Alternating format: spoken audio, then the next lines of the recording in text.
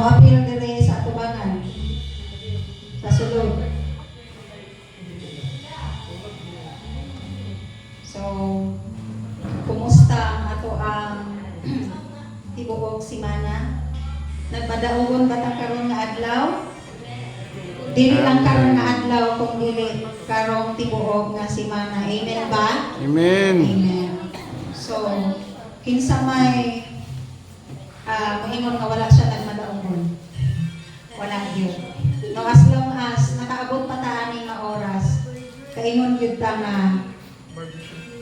nagmadaogon ta. Amen. Amen. So, I believe na busy ang tanan karon no sa mga live group kinsay nalipay. Amen. Nang kanang lahira sa kanang ang bation sa heart kanang makalagaw-lagaw ka nga makakita ka og lalim nga mga panagway nga moandam sa andam nga madawat sa pulong sa Ginoo. So sa amo apod nagkinatawanay ni pagkahuman pagulit kay ang expectation nako nga mga hamtong nga mga amo ang masugatan sa among life group. Kunya akong gi-prepare syempre yung panghamtong yun. Nga pagkabot dito kay pagtapos sa mga bata. Di ba na ko niya ang bata sa akong utok lang heart mo. Saan ko pagtudlo? Saan ako pagmelo sa akong gi-prepare ng mga bata manaling dasmag. Pero di ka kaingon mga gwapa o gwapo ang mga bata. Diba? No, nagsige nagtanaw wala kita kang tapok kasi nagtanaw mi nagsige mi kino ani mga gwapo kini mga gwapa kini mga bata ay niingon ko nga nag-anak ko nga dili ba nang kuminya gid ang mga bata ingon ko sa mami nga tinan ko nako naginanaay na ingon ko sa kila labaw na ko dili ko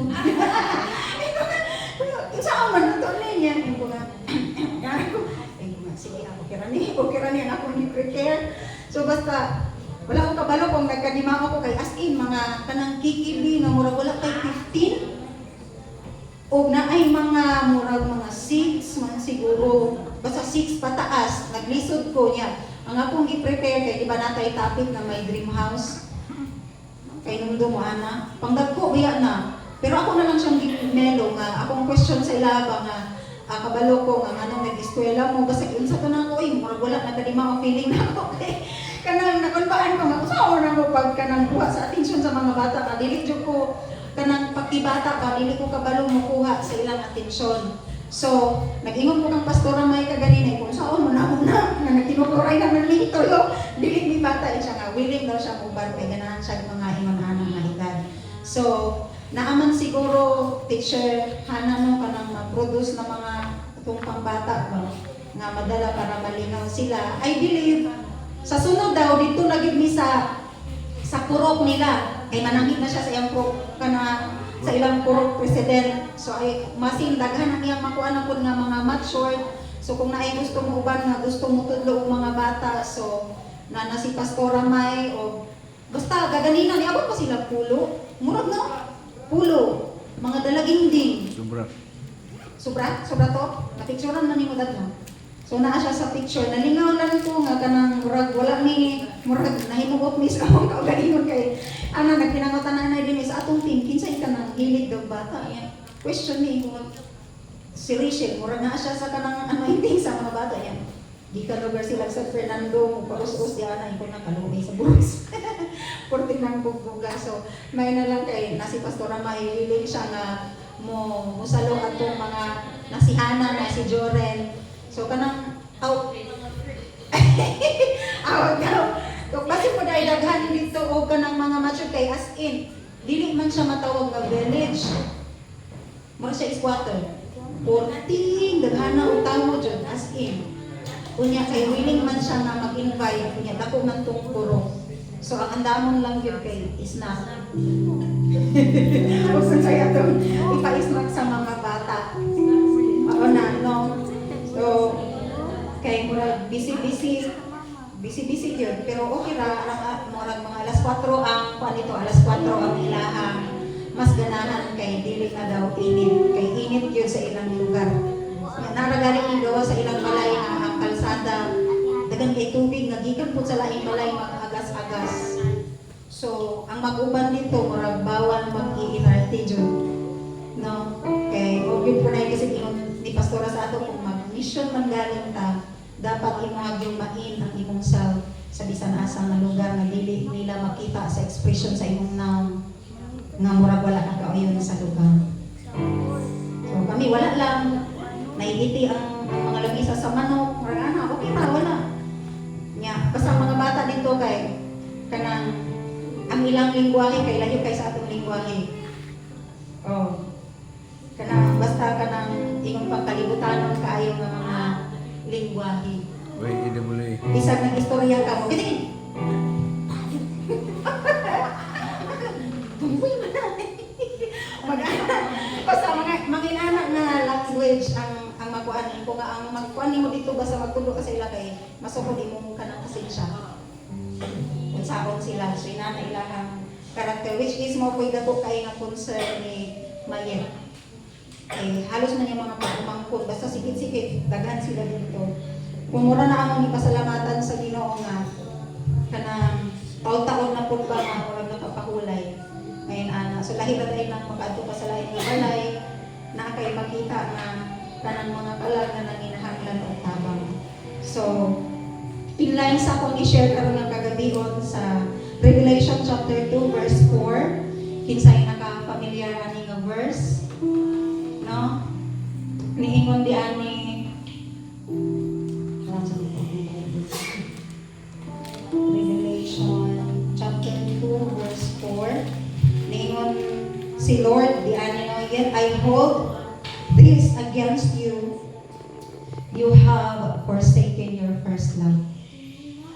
And dako kay ni shout kanang murag ipana bitaw ang akong kasing-kasing kay while istudihan ako siya ang kani siya nga word ipaabot ni Lord sa paano gidani kay diba si John. So istorya ni sa Lord sa church sa kanang Ephesus tungod kay nawala na ang ilahang first love. Kanin siya means that church in Ephesus had lost the love that characterized its early days. So Jesus tells the church to remember its first love, repent, and return to its original practices. So unsa man di ay ang mga practices nila sa unang panahon. No, ang first love means the love the church had when it first accepted the gospel and followed Jesus. So gi forsake nila ang ilang first love. And nag-research pag kung unsa man di ay first love nila sa Lord sa ilahang nga time. Ang first love di ay nila na nabasa nako di ani is katug di ay mag-evangelize sila sa mga lost na soul. Mao din ang buot pasabot di ani nawala ang ilahang asa na si tawag na agility tama ba sa ikang nga word kanang ilang passion ang ilahang kana bitong nang kadasig nga kanang mangalag mao ni nga gi-correct sila sa Lord to the church of Ephesus mao ni ang gusto ipaabot sa Ginoo.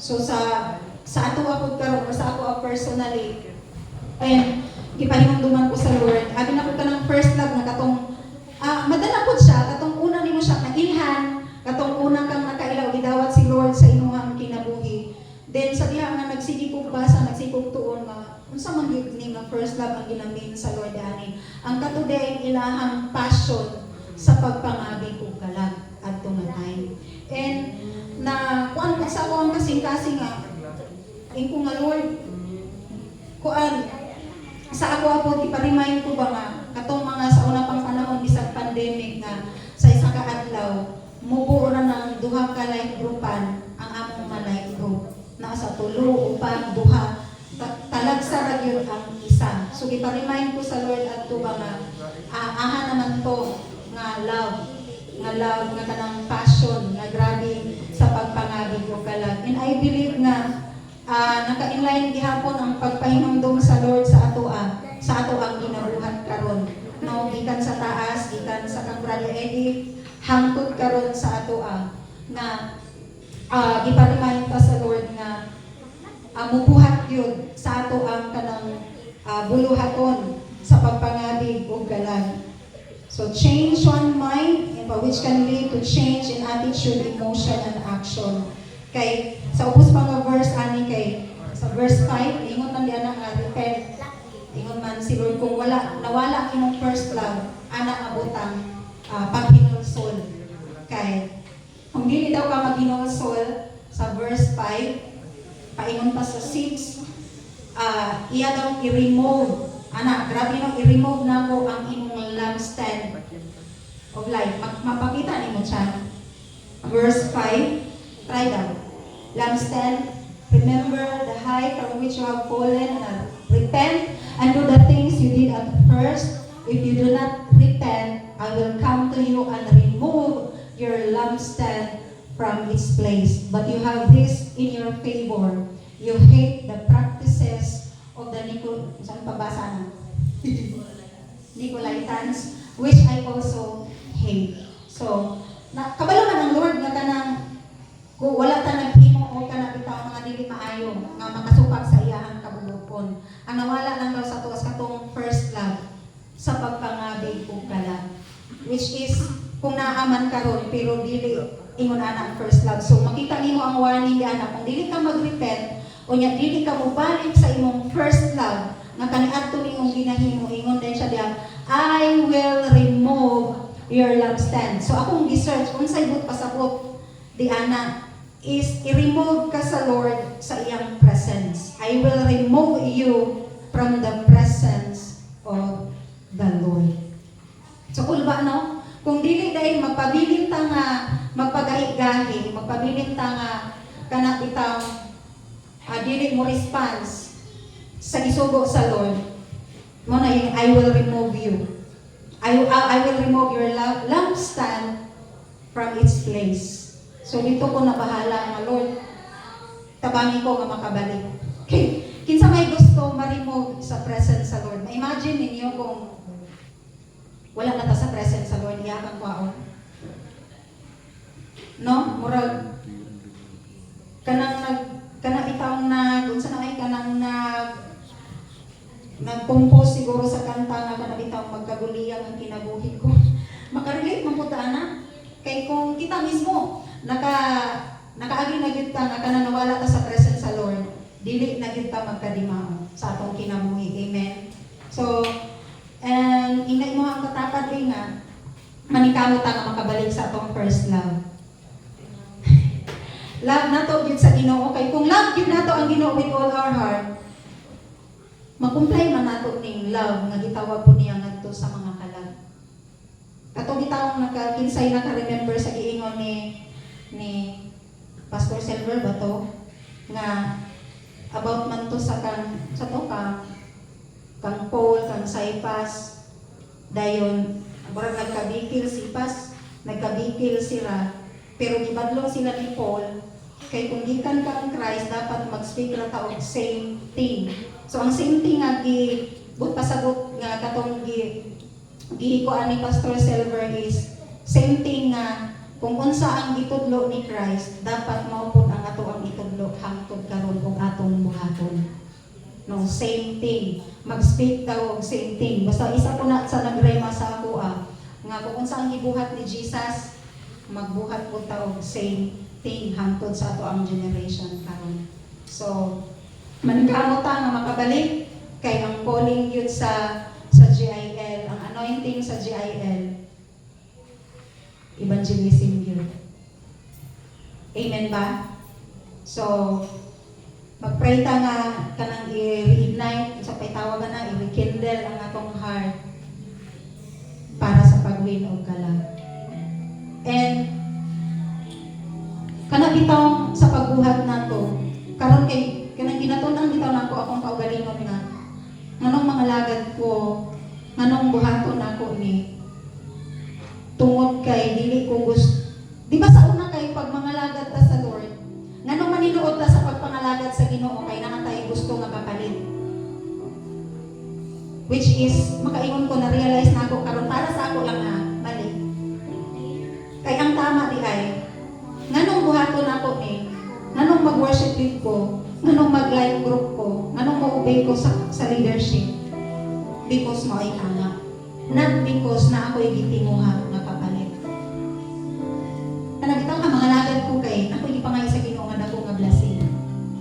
dili naman nato kinahanglan kana bitaw sa dili musical nga term ana nga kanang kondisyonan si Lord nga mag-faithful ko sa pagpangalagad sa imo Lord basta nang ana ba gi-review na ko akong self o gi-review ko sa Lord o akong giton-an akong kaugalingon say mag-istorya ni John Pio kung nga mabot ang ta sa punto no o ako si Shansay siya si John Pio natawa ba sila nang mag-istoryahan na hindi man ko nga mabot ta sa punto nga ang tumong tingo sa atong kasing-kasing nga nung ato ning buhaton ng tanan kanang walay kapalit nga nung ato ning buhaton tungod kay mao ni ang kahimuan o katayuan sa Lord kanang buhaton ang nimo tungod kay naigugma sa Ginoo mao ni iyang kagustuhan nga atong buhaton I believe mo follow naman ang tanan kanang bitaw ang abi niya ang nagre-magi sa akong heart katong diri sa mentoring nag-speak ang Holy Spirit sa ako kay reborn your heart grabe na akong hilap dito kay ingon ko nga Lord tinuod jud dapat pwede panganak og utro ang akong kasing-kasing kay kabalo ka og unsay naa sa pinakasulod amin dito dayon magsiko istorya sa Ginoo and magig-istorya gid siya anong mga lagad ka anong mga lagad ko tungod kay mao na ang tama dili tungod kay naa kay giapas nga baylo kay usahay man gud usahay ang atong tumong tinguha ako lang ba or ang naiingon ani kung dili nato mabantayan kay ingon na kaya di ba nga ano mga lagad ko ngano maninuod ko tungod kay naay kapalit nga atong ipangayo sa Ginoo and I believe pag moabot ang panahon nga anak bitaw mga lagad ta tungod kay mao ni ang tama ang Ginoo na gyud bahala sa ato ba and sugad nga ako nang kakabantayan testimony lang po nga kanang iyon ko nga ikaw na'y bahala kay ako nga type ng person ang akong temperament is warrior magyud grabe ka nga balangkon and sa diha nga gitunan ako akong kaugalingon nga pirmi padlongon nga nganong mga lagad ko nganong mo-obey ko nganong mosunod ko tungod kay mao ang kagustuhan sa Ginoo dapat walay kapalit ako yung pirmi istoryahon ang akong kaugalingon sa diha nga maninguha ka nga magtinguha ka nga ma-please si Lord sa imong kasing-kasing grabe po ang buhaton sa demonyo sa imong kaugalingon kay mao na akong experience dili na ko masabtan ang akong kaugalingon nila na bulan na makaingon gyud ko nga mura ko na burnout physically emotionally spiritually kana kitang bumba nga kabutuno na and na-realize na ko at the end of the day kay daghan day anang gipiyal si Lord sa ako nga dapat mahandol na ko og tama nga walay kapalit sa diha day magtinguha ka nga i-please nimo si Lord malagad ka sa iyang walay kapalit atong ginatestimony ni Pastor May ba nga mo abot ra gyud basta mo direct ka sa iyahan di na ko magbagot ko kanya piligon ko na ako nga dili na mahila ay akatang nasa women akong i-share dito nga ginabadlon ako akong kaugalingon nga ginatry na ako nga dili na kusa lang moabot ang panalangin kabalo ang Ginoo nga wala na isulod na mong ref gituluhan din ako akong kaugalingon nga akong hila dili na ako questionon si Lord dili dapat mabawasan ang akong pagpangalagad sa iya akong pagtanaw sa iya kung unsa siya kagamaanan basta musunod ako and gamiton po ang mga tao nga nasa among palibot nga muhatag og mga pagkaon sa amo as in makaingon ko nga dili na ako mabutin maunay na-experience na ako karon gyud nga semana ani nga bulan di ko nga Lord lahi gid ay ka para sa atong giingon ni Pastor Delva nga kailangan siya lumibiton so kailangan si Lord sa atong gipanginahanglan kanang mas gitsus na ko ba nga sige magilom ko kay at the end of the day mapiliingon ko kung magiglalis ko sa imo Lord ning ana ko sa iya mapildi magyapon ko nimo kay kinsa man lang ko ano ba kay kinsa man lang ko kabalo mo kung magig-argue ko sa imo kabalo ko nga mapildi gihapon ko kay righteous man ka ikaw may nakabalo sa ako so kani nga sige kani nga bulan nag-provide ang Lord as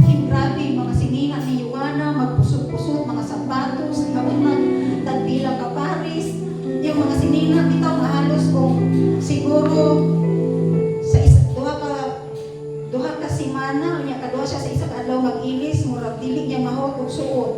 Niabot sa punto nga kanang ingon ana bitaw nasauna mo akong kabalak-an and sige siya nang tudkaw na pa siya mga sinila nga dili masuot kung anong sa pagkaon itak-om ra ginako akong baba o permi ginabatlong ang Ginoo mo'y magpadala o maghatag og tao nga i-provide na siya. Amen. Amen. Basta ang tinguhan nato ang sunod balik sa Lord ang tinguhan nato nga ato bitaw ma-reignite ang katong first love nga gina-remind sa Lord. Dili gid siya magkulang. Bisan gamay. Amen.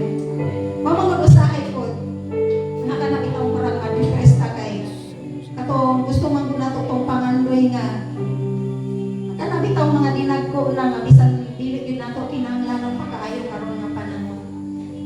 Pero lahi ang Ginoo pagmulihog sa ato ang kinabuhi. Amen. So kung giangyo ang tanan sa pagpanindog, atong adlaw na atong kasing-kasing sa pagdayo o pagsimba sa ato ang buhi nga Dios. Hallelujah. Hallelujah. Ginoong Dios nga labing gamhanan na aming karon nga kagabhion.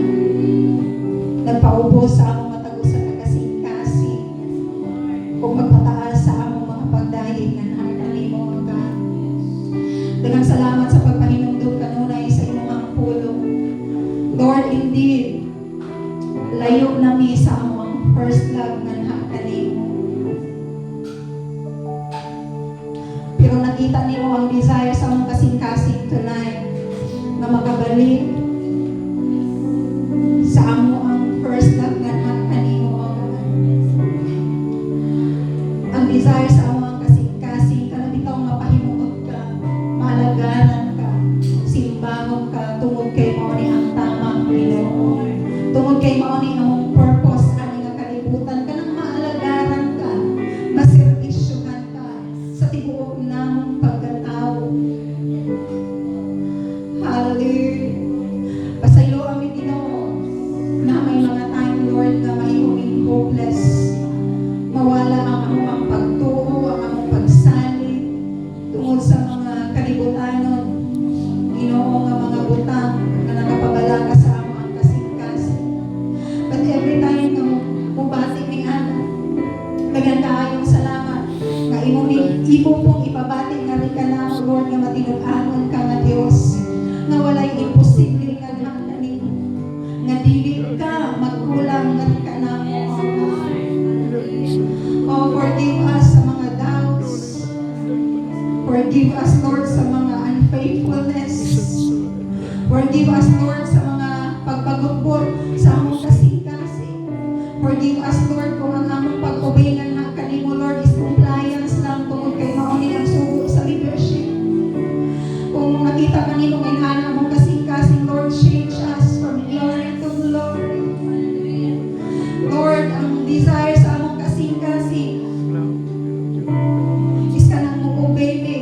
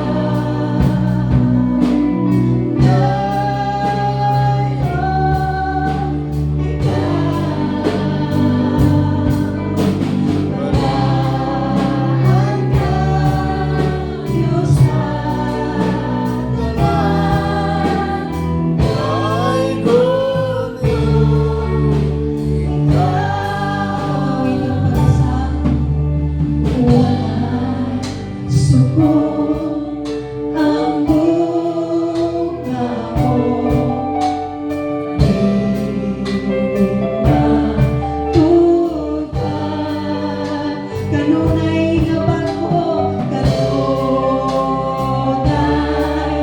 nga bago. Dili man usab o ang katahong, ang katahong sa presensya mo, kanako na lingkod.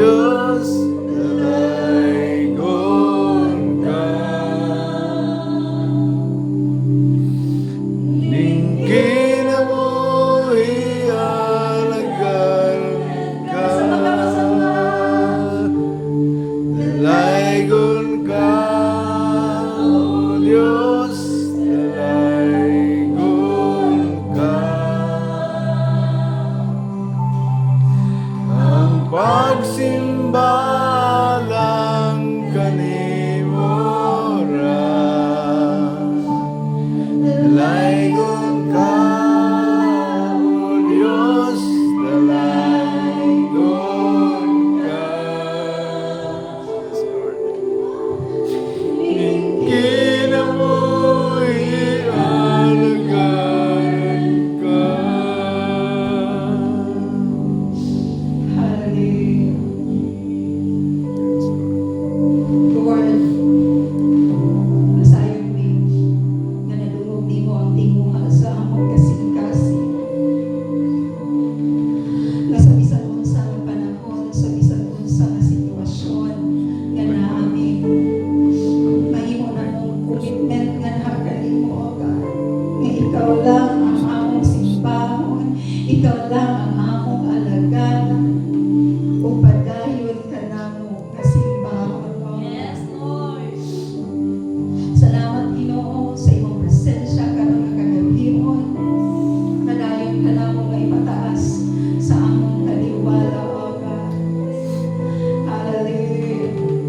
Amo na itong tabangan og ampo ang panimbahon ugma Yes, we worship you. ang gikan sa Asherin, sa Asherin, kaingon sa amang laro, sa magdala sa tulong sa Ginoo nga si Pastora May, and ilakip po nato ang atong na invite atong ni Abi nga mubalin sila og simba.